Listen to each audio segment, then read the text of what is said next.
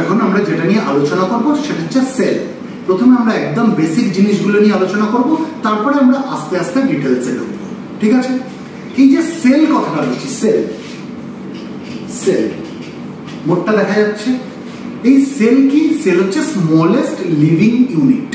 Smallest living unit বলতে আমরা কোনটাকে বলবো? স্মলেস্ট লিভিং ইউনিট হচ্ছে সব থেকে ছোট ইউনিট যেটা নাকি লাইফের বেসিক ফাংশন গুলো করতে পারে। লাইফের বেসিক ফাংশন কি কি হতে পারে? গ্রোথ হতে পারে, মেটাবলিজম হতে পারে, রিপ্রোডাকশন হতে পারে।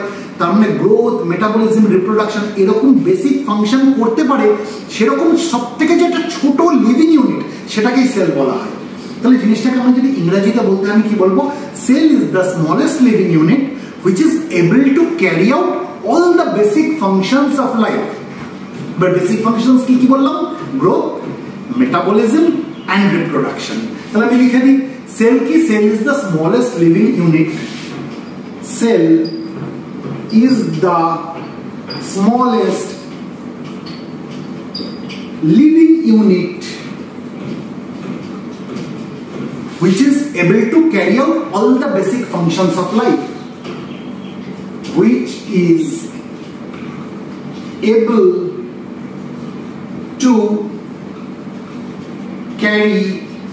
able to carry out all the basic functions of life, which is able to carry out all the basic functions of life, namely কি বেসিক ফাংশনস গুলো কি কি বললাম? Growth, metabolism and reproduction. Growth, metabolism and reproduction. অর্থাৎ cell হচ্ছে সব থেকে ছোট একটা living unit, smallest living unit, যে নাকি লাইফের বেসিক ফাংশনস গুলো করতে পারে, which is able to carry out the basic functions of life. সেই বেসিক ফাংশনস গুলো কি কি? Growth, metabolism and reproduction. এই অবধি আমরা বুঝলাম সেলের কনসেপ্টটা। সেল হচ্ছে সব থেকে ছোট একটা লিভিং ইউনিট যে নাকি লাইফের বেসিক ফাংশনস গুলো করতে পারে। লাইফের বেসিক ফাংশনস কি কি? Growth, metabolism and reproduction.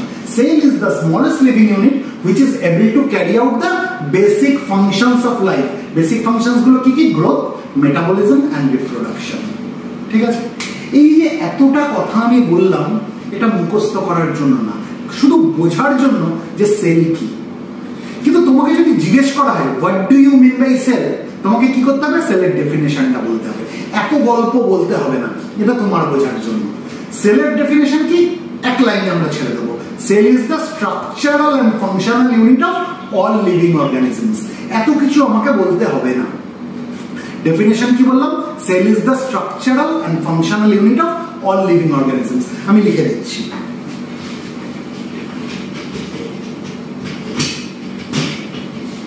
তাহলে সেলের ডেফিনেশন কি? Cell is the structural and functional unit of all living organisms. Cell is the structural and functional unit of all living organisms. ঠিক আছে? সেলের ডেফিনেশন হচ্ছে cell is the structural and functional unit of all living organisms. এবার এই যে organism কথাটা বললাম, এই অর্গানিজম গুলো তৈরি হচ্ছে কি দিয়ে? আমি বললাম সেল দিয়ে তৈরি হচ্ছে। এবার এই নাম্বার অফ সেলস, কতগুলো রয়েছে সেল, তার উপর ডিপেন্ড করে অর্গানিজমকে দুটো ভাগে ভাগ করা হয়। একটা টাইপকে বলা হয় ইউনিসেলুলার অর্গানিজম, একটা টাইপকে বলা হয় মাল্টিসেলুলার অর্গানিজম। আমি লিখে দিই, তারপরে বুঝিয়ে দিচ্ছি। তাহলে আমরা যদি অর্গানিজমকে কনসিডার করি, অর্গানিজম কি দিয়ে তৈরি? সেল দিয়ে তৈরি, এটা তো বুঝে গেছি। এবার এই অর্গানিজম কত রকম হতে পারে? দু রকম হতে পারে। একটা হচ্ছে ইউনিসেলুলার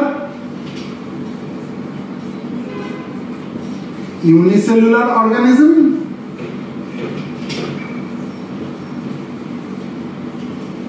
একটা টাইপ হচ্ছে ইউনিসেলুলার অর্গানিজম, আর একটা টাইপকে বলা হয় মাল্টি সেলুলার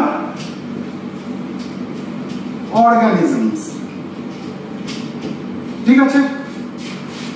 ইউনিসেলুলার অর্গানিজম মানে কোন ধরনের অর্গানিজম? ইউনি কথা মানে হচ্ছে একটা, যে অর্গানিজমের দেহ একটাই মাত্র সেল দিয়ে তৈরি তাদেরকে বলা হয় ইউনিসেলুলার অর্গানিজম। অর্থাৎ this organisms are single celled organism, single celled organism. অর্থাৎ এই সকল যে সকল অর্গানিজমের দেহ একটাই মাত্র সেল দিয়ে তৈরি তাদেরকে বলা হয় ইউনিসেলুলার অর্গানিজম। বুঝলাম? উদাহরণ যদি দিতে হয় আমরা ব্যাকটেরিয়াম বলতে পারি, ব্যাকটেরিয়াম। ঠিক আছে, আর কি বলতে পারি? অ্যামিবা বলতে পারি, আরো অনেক আছে। This are a few examples of unicellular organisms. আচ্ছা, এখানে একটা কথা বলি, এই যে ব্যাকটেরিয়াম বললাম, ব্যাকটেরিয়াম জিনিসটা কি? আমরা তো কথায় কথায় ব্যাকটেরিয়া বলি, ব্যাকটেরিয়া। তাহলে ব্যাকটেরিয়াম জিনিসটা কি? ব্যাকটেরিয়া আর ব্যাকটেরিয়ামের মধ্যে পার্থক্য হচ্ছে ম্যান আর মেনের মধ্যে যে পার্থক্য। যখন একটা মানুষ তাদেরকে আমরা কি বলি? ম্যান, অর্থাৎ সিঙ্গুলারে ম্যান। যদি একের অধিক হয়ে যায় সে দুটোই হতে পারে বা 200টাই হতে পারে বা 2000টাই হতে পারে, আমরা কি বলবো? মেন। একের অধিক হয়ে গেলে মেন, একটা থাকলে ম্যান, অর্থাৎ সিঙ্গুলারে ম্যান, প্লুরালে মেন। ঠিক সেরকম সিঙ্গুলারে আমরা বলবো ব্যাকটেরিয়াম, প্লুরালে বলবো ব্যাকটেরিয়া। যখন একটা নিয়ে বলবো ব্যাকটেরিয়াম, যখন একের অধিক হয়ে যাবে তখন বলবো ব্যাকটেরিয়া। বোঝাতে পারলাম? অর্থাৎ ব্যাকটেরিয়ামটা হচ্ছে সিঙ্গুলার, ব্যাকটেরিয়াটা হচ্ছে প্লুরাল। ঠিক আছে, তাহলে ইউনিসেলুলার অর্গানিজম বলতে আমরা কি বুঝলাম? The organism which are made up of only one cell is called unicellular organism. The organism which is made up of only one cell is called unicellular organism, or they are called single-celled organism. বোঝাতে পারলাম? Example could be bacteria, amoeba, etc. Multicellular organism. Multi কথার মানে কি? একের অধিক, অনেক, তাই তো? তার মানে যে সকল অর্গানিজমের দেহ একের অধিক সেল দিয়ে তৈরি, their body is made up of more than one cells, তাদেরকে আমরা বলবো মাল্টিসেলুলার অর্গানিজম। এবার দেখো বইতে লেখা থাকে the organism which is made up of many cells are called multicellular organism। এবার many মানে কত? সেটা কি একের বেশি হলে কি আমি তাকে মাল্টিসেলুলার বলবো না? অবশ্যই বলবো। তাহলে আমাকে যদি এক্সাক্ট বলতে হয় তাহলে আমি কি বলবো? যদি একটা সেল দিয়ে বডি তৈরি হয় ইউনিসেলুলার অর্গানিজম, যদি একটার বেশি সংখ্যক সেল দিয়ে বডি তৈরি হয় সেই অর্গানিজমে আমরা মাল্টিসেলুলার বলবো। সেটা একাধিক মানে কি? একের অধিক, সে যত বেশি খুশি হতে পারে, তার কিন্তু মাল্টিসেলুলার অর্গানিজম। একের বেশি সংখ্যক সেল দিয়ে হলেই সেই অর্গানিজম হচ্ছে মাল্টিসেলুলার অর্গানিজম। যেমন উদাহরণ যদি বলতে হয় অল প্ল্যান্টস, অল অ্যানিমালস, ঠিক আছে, অল প্ল্যান্টস, অল অ্যানিমালস, এরা হচ্ছে মাল্টিসেলুলার অর্গানিজম। কেন? কারণ their body is made up of more than one cells. তাহলে মাল্টিসেলুলার অর্গানিজমস আর those organisms which are made up of more than one cells. বোঝাতে পারলাম? আমরা যত গাছ দেখি, যত প্ল্যান্ট দেখি, সব কিন্তু মাল্টিসেলুলার। আমরা যত অ্যানিমাল দেখি সব মাল্টিসেলুলার। ঠিক আছে, এই যে তোমার সামনে আমি দাঁড়িয়ে কথা বলছি, আমি মাল্টিসেলুলার অর্গানিজম, কারণ আমার দেহ অনেকগুলো সেল দিয়ে তৈরি। বোঝাতে পারলাম? তাই তো? তার মানে আমাকে যদি উদাহরণ দিতে হয় মাল্টিসেলুলার অর্গানিজমের, আমি যে কোনো প্ল্যান্টের উদাহরণ দিয়ে দিতে পারি। আমি পিপল ট্রি বলতে পারি, আমি রোজ প্ল্যান্ট বলতে পারি, তাই তো? আমি যে কোনো উদাহরণ দিতে পারি। আমি যে কোনো অ্যানিমালসের উদাহরণ দিতে পারি, গরু, ছাগল, কুকুর, বেড়াল, ডগ, ক্যাট, গোট, কাউ, যা খুশি বলতে পারি, সব হচ্ছে মাল্টিসেলুলার অর্গানিজম। ঠিক আছে, তাহলে depending upon the number of sales, যে সংখ্যক সেল দিয়ে তাদের বডিটা তৈরি হচ্ছে, সেই তার উপরে ভিত্তি করে অর্গানিজমকে দুটো ভাগে ভাগ করা হয়, ইউনিসেলুলার অর্গানিজমস এবং মাল্টিসেলুলার অর্গানিজম। যদি তাদের দেহ একটাই সেল দিয়ে তৈরি হয় তাদেরকে বলা হয় unicellular organism. Example bacterium, amoeba. ঠিক আছে, bacterium unicellular organism, amoeba unicellular organism. Multicellular organism, they are made up of more than one cells. উদাহরণ এনি প্ল্যান্ট, এনি অ্যানিমাল, আমি ধরে তার নামগুলো দিয়ে আমি তার এক্সাম্পল দিতে পারি। অল প্ল্যান্টস আর অল অ্যানিমালস আর মাল্টিসেলুলার অর্গানিজম। ঠিক আছে, এই অবধি বুঝলাম। এবার আমরা যেটা নিয়ে আলোচনা করবো সেটা হচ্ছে যে এই যে সেল বলছি, সব থেকে ছোট সেল কোনটা সেটা জানবো, সব থেকে বড় সেল কোনটা সেটা জানবো, সব থেকে লংগেস্ট সেল কোনটা সেটা জানবো। ঠিক আছে, তাহলে একটু জেনে নিই।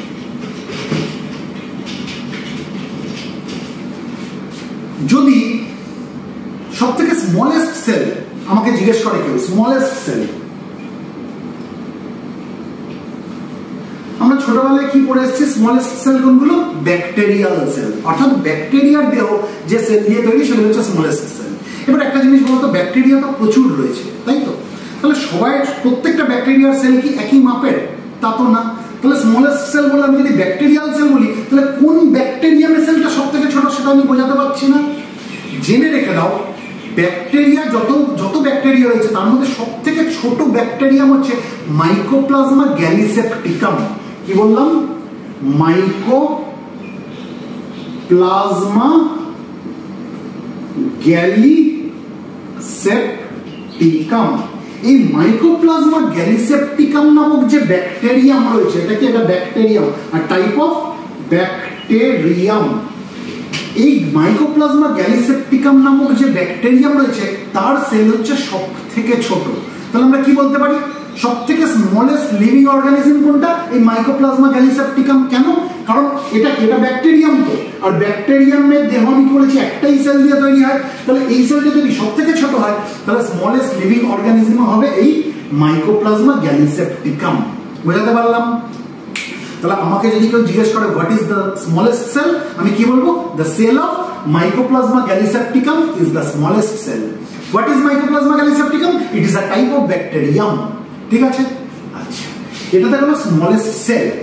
যত সেল আছে তার মধ্যে স্মলেস্ট সেল। এবার যদি আমরা হিউম্যান কনসিডার করি, হিউম্যানের মধ্যে স্মলেস্ট সেল কোনটা? আমাকে যদি কেউ স্পেসিফাই করে না দেয় যে পুরুষের মধ্যে স্মলেস্ট সেল কোনটা, মহিলার মধ্যে স্মলেস্ট সেল কোনটা, তাহলে ইন জেনারেল আমাকে বলা হলো যে হিউম্যানের স্মলেস্ট সেল কোনটা, তাহলে সেটা হবে স্পার্ম। স্পার্ম কি আমরা জানি? স্পার্ম হচ্ছে মেল গ্যামেট।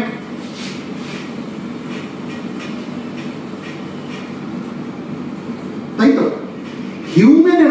হিউম্যানের মধ্যে স্মলেস্ট সেল, সব থেকে ছোট সেল হচ্ছে স্পার্ম। ঠিক আছে?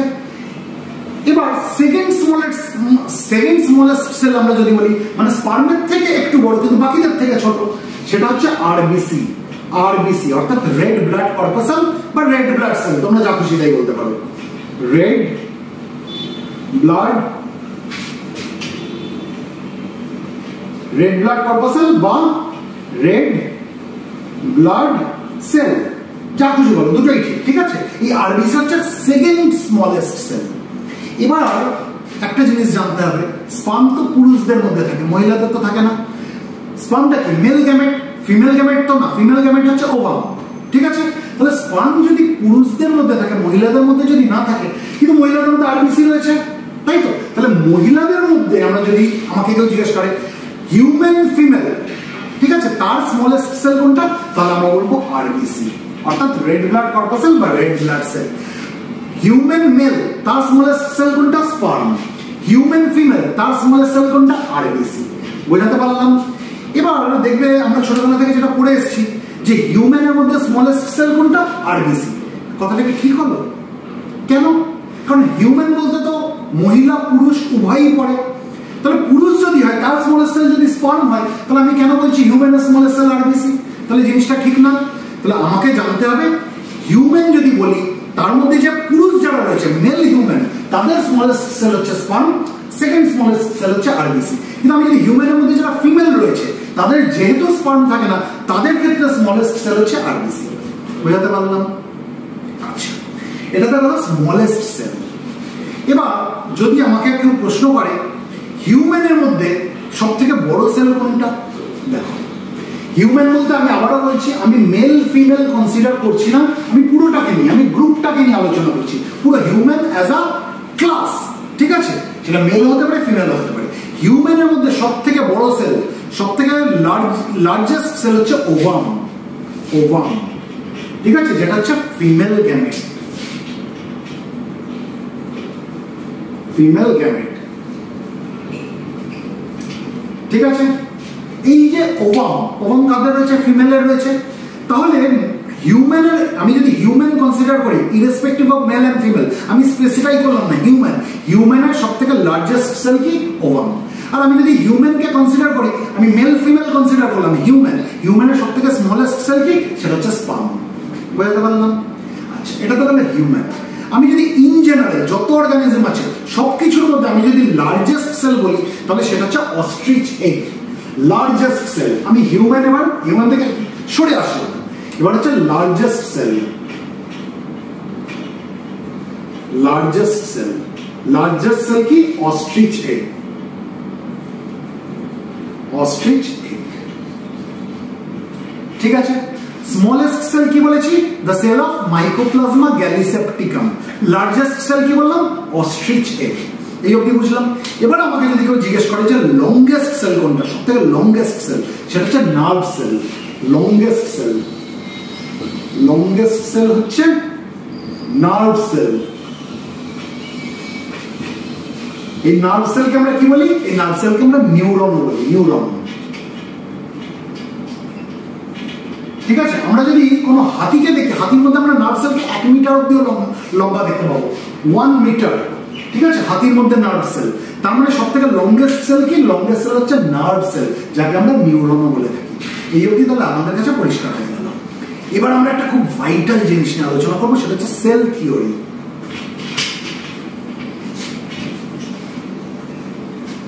মোটামুটি সেলের একটা কনসেপ্ট ক্লিয়ার হয়েছে। Smallest cell, largest cell, longest cell সব আমরা শিখে গেছি। এবার খুব ইম্পর্টেন্ট জিনিস, সেটা হচ্ছে সেল থিওরি। সেল থিওরি, এই সেল থিওরি বললে 3 জন মানুষের আমরা নাম পাবো। 3 জন মানুষ কে কে? একটা হচ্ছে ম্যাথিয়াস জ্যাকব সিলাইডেন, একজন হচ্ছে থিওডর শিওয়ান, আরেকজন হচ্ছে রুডলফ ভিরকাউ, ঠিক আছে। তাহলে 3টে নাম আমি আগে লিখি, তারপর সেল থিওরির পস্টুলেটস গুলো, সেল থিওরির তোমার সেল থিওরিতে কি কি বলা আছে তার টেনেন্স গুলো আমরা তখন আলোচনা করব, ঠিক আছে। কি কি নাম বললাম? ম্যাথিয়াস জ্যাকব সিলাইডেন,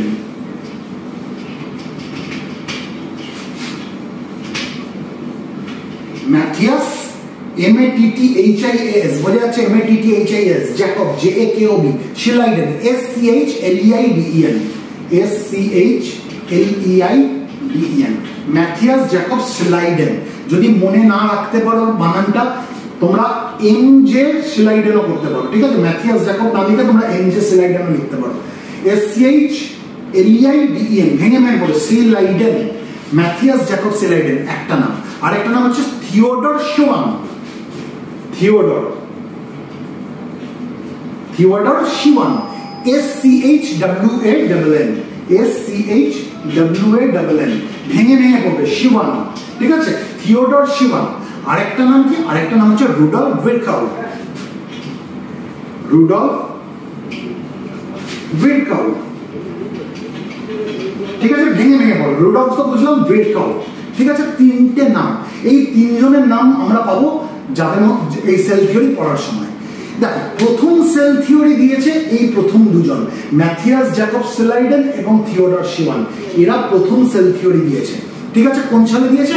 1839-এ দিয়েছে, 1839। এরপরে এই সেল থিওরির মধ্যে আরেকটা জিনিস অ্যাড করে দিলেন, হচ্ছে এই রুডলফ ভিরকাউ, ঠিক আছে। এই রুডলফ ভিরকাউ এই সেল থিওরির মধ্যে যে আরেকটা জিনিস অ্যাড করে দিল, সেটা কোন সালে দিল? 1855-এ দিল, 1855-এ। এবার কি অ্যাড করেছে আমরা পরে করছি। আমরা কি শিখলাম? যে 1839-এ আমরা কি দেখবো? ম্যাথিয়াস জ্যাকব সিলাইডেন এবং থিওডর শিওয়ান কি করলো? সেল থিওরি দিল। দুখানা তার পস্টুলেটস রয়েছে। 3 নম্বর পস্টুলেট অ্যাড করলো কে? রুডলফ ভিরকাউ। কোন সালে? 1855-এ। এবার এই যে 3 নম্বর পস্টুলেট যে অ্যাড করলো, কি অ্যাড করলো পরে আসবো, সেটা কিন্তু অ্যাকচুয়ালি রুডলফ ভিরকাউ এর বানানো পস্টুলেট না, বিতর্কিত কথা বলে ফেলছি। এটা তোমাদের জানার জন্য, এগুলো কারোকে মানে পরীক্ষায় বলার দরকার নেই বা কারোর সাথে ডিসকাস করার দরকার নেই। একজন ছিলেন যার নাম হচ্ছে রবার্ট রিমার্ক, আমি নামটা লিখে দিচ্ছি, রবার্ট রিমার্ক, ঠিক আছে, REMAK।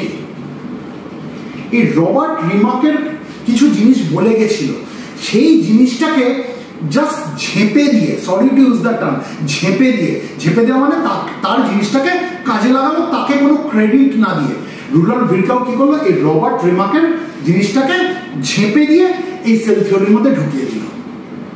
বোঝাতে পারলো? তাহলে সেল থিওরির পস্টুলেটস গুলো আমরা একটু জেনে নিই, তার টেনেন্টস গুলো আমরা একটু জেনে নিই।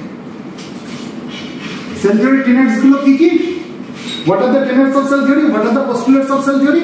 প্রথম যে পস্টুলেট সেটা হচ্ছে all living organisms are composed of 1 or more cell. আমরা জানি, আগেই শিখেছি যে লিভিং অর্গানিজম মানে হয় সেটা একটা সেল দিয়ে তৈরি হবে, নাহলে সেটা একের বেশি সেল দিয়ে তৈরি হবে। সেই জিনিসটাই বলা হয়েছে। যদি একটা সেল দিয়ে তৈরি হয় ইউনিসেলুলার অর্গানিজম বা সিঙ্গেল সেল অর্গানিজম, যদি একের বেশি সেল দিয়ে তৈরি হয় মাল্টিসেলুলার অর্গানিজম। তাহলে প্রথম পোস্টুলেট কি? All living organisms are composed of one or more cells. লিখে দিচ্ছি, all living organisms are composed of one or more cells। ঠিক আছে, all living organisms are composed of one or more cells। এটা হলো প্রথম postulate. দ্বিতীয় postulate কি? Cells are the basic structural and functional unit of all living beings। আমরা শিখে গেছি সেল কি, সেলের ডেফিনেশনেই আমরা এটা পড়েছিলাম।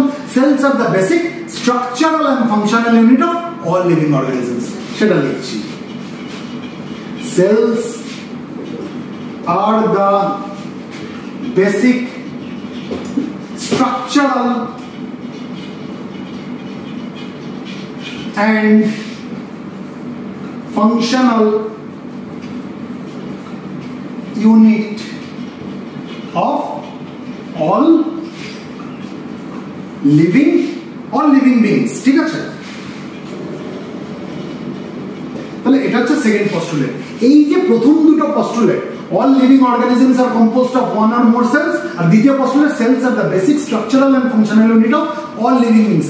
এই দুটো পোস্টুলেট এসছে কাদের থেকে? ম্যাথিয়াস জ্যাকবস লিডেন এবং থিওডর শিমান। কোন সালে? 1839 এ। 1839 এ। ঠিক আছে, এবার 1855 এ রুডল্ফ ভিরকাউ কি করলো? এর মধ্যে আরেকটা পোস্টুলেট অ্যাড করে দিল। সেই পোস্টুলেটটা কি? All cells arise from pre existing cells. আগে কোনো সেল রয়েছিল, তার থেকে নতুন সেল তৈরি হলো। কিভাবে তৈরি হলো? সেল ডিভিশনের মাধ্যমে।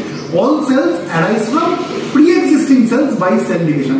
এই যে কোনো সেল আগে রয়ে গেছে, প্রি এক্সিস্টিং সেল, এই কনসেপ্টটা কিন্তু রুডল্ফ ভিরকাউ এর কনসেপ্ট না। এই কনসেপ্টটা রুডল্ফ ভিরকাউ এর কনসেপ্ট না।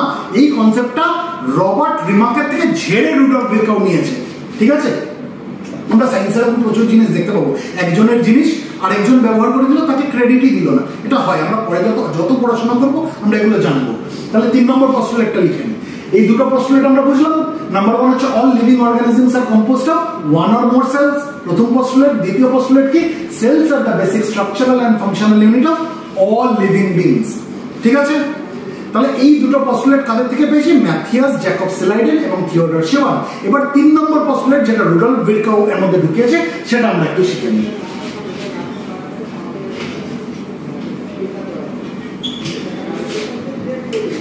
3 নম্বর পোস্টুলেট রুডল্ফ ভিরকাউ যেটা দিয়েছে, কি বলছে? All cells arise from pre existing cells by cell division. All cells arise from pre-existing cells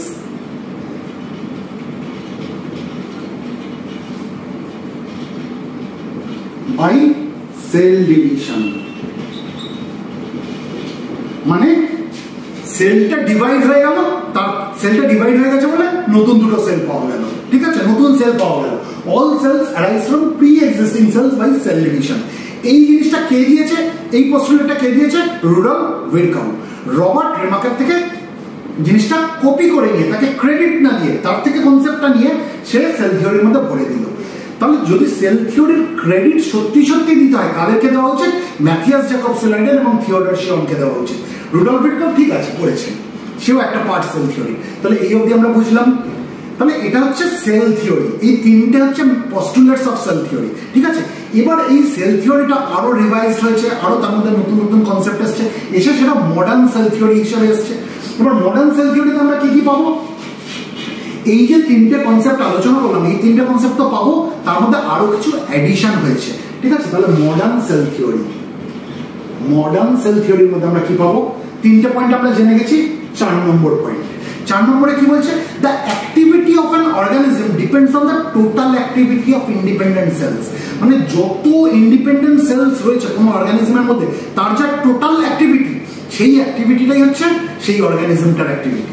একটা অর্গানিজম কিছু সেল দিয়ে তৈরি, তাই তো? এবার টোটাল যে টোটাল যে অ্যাক্টিভিটি হচ্ছে ওই ইন্ডিপেন্ডেন্ট সেলগুলোর, সেই অ্যাক্টিভিটিটাই হচ্ছে ওই অর্গানিজমটার অ্যাক্টিভিটি। তাহলে কি বললাম, the activity of an organism depends on the total activity of independent cells. The activity of an organism, আমি লিখে দিই, the activity of an organism কিসের উপর ডিপেন্ড করছে? Depends on the total activity of independent cells. Depends on the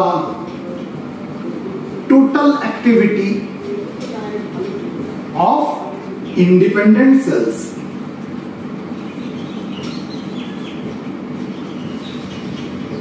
বোঝাতে পারলাম? এটা 4 নম্বর পোস্টুলেট, মানে 4 নম্বর আর কি মডার্ন সেল থিওরি যদি বলি, এটা 4 নম্বর পয়েন্ট হবে। The activity of an organism depends on the total activity of independent cells. ঠিক আছে, যতগুলো ইন্ডিপেন্ডেন্ট সেলস আছে তার যা অ্যাক্টিভিটি, তার যে টোটাল অ্যাক্টিভিটি, সেই অ্যাক্টিভিটিটাই হচ্ছে সেই অর্গানিজমটার অ্যাক্টিভিটি। ঠিক আছে, 5 নম্বর পয়েন্টে আমরা কি বলতে পারি? Energy flow occurs within cells. Energy flow occurs within cells. Energy flow occurs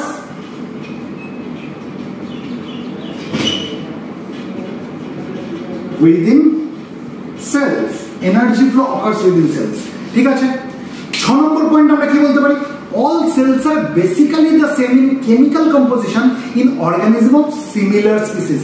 যদি আমরা সিমিলার স্পিসিসের অর্গানিজম গুলো দেখি, ঠিক আছে, সিমিলার স্পিসিসের অর্গানিজমের মধ্যে যে সেলগুলো রয়েছে সেই সেলগুলো বেসিক্যালি সেম।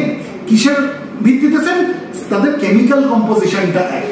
তাহলে আমি 6 নম্বর পয়েন্ট এইগুলো মুচ্ছি তাহলে। ঠিক আছে,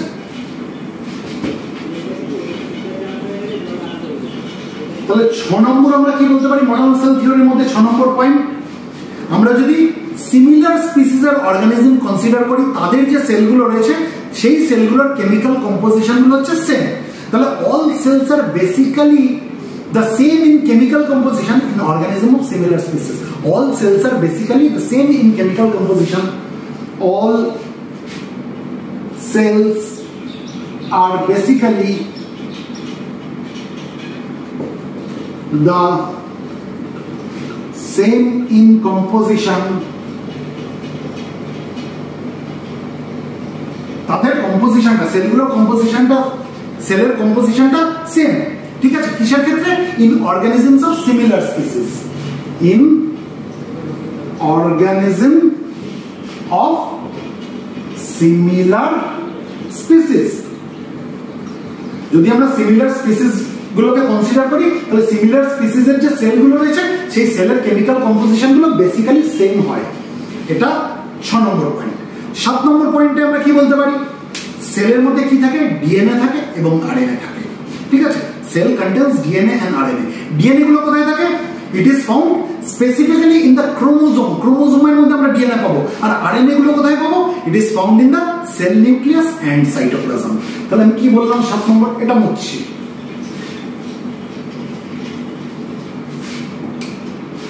7 নম্বর পয়েন্টে আমরা কি বললাম? সেলের মধ্যে কি থাকে? ডিএনএ থাকে। সেলের মধ্যে কি থাকে? আরএনএ থাকে। ডিএনএ গুলোকে আমরা কার মধ্যে পাবো? ডিএনএ গুলোকে পাবো specifically in the chromosome. DNA গুলোকে আমরা পাবো ক্রোমোজোমের মধ্যে, ক্রোমোজোমের মধ্যে পাবো। আর আরএনএ যেটা রয়েছে, আরএনএ কে আমরা কোথায় পাবো? আরএনএ কে আমরা পাবো সেল নিউক্লিয়াস এবং সাইটোপ্লাজমের মধ্যে। আরএনএ কে আমরা পাবো সেল নিউক্লিয়াসের মধ্যে এবং সাইটোপ্লাজমের মধ্যে। তাহলে এটাকে আমরা যদি লিখতে হয় যে সেলের মধ্যে আমরা ডিএনএ পাবো এবং আরএনএ পাবো, ডিএনএ কে পাবো ক্রোমোজোমের মধ্যে, আরএনএ পাবো সেল নিউক্লিয়াস এবং সাইটোপ্লাজমের মধ্যে, তাহলে এটাকে যদি আমি পয়েন্ট করে লিখতে, আমি কি লিখতে পারি? Cell contains DNA. আমি লিখে দিচ্ছি। ঠিক আছে, সেল কন্টেন্স ডিএনএ কোথায় থাকে? Cell contains DNA which is found specifically in the chromosome, which is found specifically in the chromosomes. ঠিক আছে, আর কি থাকে? এবং আরএনএ থাকে, and RNA found in cell nucleus and cytoplasm, and RNA found in cell nucleus and cytoplasm. ঠিক আছে, তাহলে cell contains DNA which is found specifically in the chromosomes and it also contains RNA which is found in cell nucleus and cytoplasm। তাহলে মোটামুটি আমাদের কাছে কিন্তু একটা সেলের কনসেপ্ট ক্লিয়ার হয়ে গেল। আমরা সেল নাম্বার অফ সেলের উপর ডিপেন্ড করে যে অর্গানিজমকে ক্লাসিফাই করি সেটাও শিখে গেছি, ইউনিসেলুলার অর্গানিজম কাদের বলে, মাল্টিসেলুলার অর্গানিজম কাদের বলে। আমরা স্মলেস্ট সেল কোনগুলো, লার্জেস্ট সেল কোনগুলো, লংগেস্ট সেল কোনগুলো সেগুলো শিখে গেছি। সেল থিওরির পোস্টুলেটস গুলো শিখে গেছি, টেনেটস গুলো শিখে গেছি, সেল থিওরি কারা তৈরি করেছে সেই নামগুলো শিখে গেছি, এবং এই সেল থিওরির তার যে মডার্ন অ্যাপ্রোচ যেটা অর্থাৎ মডার্ন সেল থিওরি সেগুলো আমরা শিখে গেছি। তাহলে মোটামুটি এই অবধি আশা করি আমাদের কাছে কনসেপ্টটা পরিষ্কার হয়ে গেছে।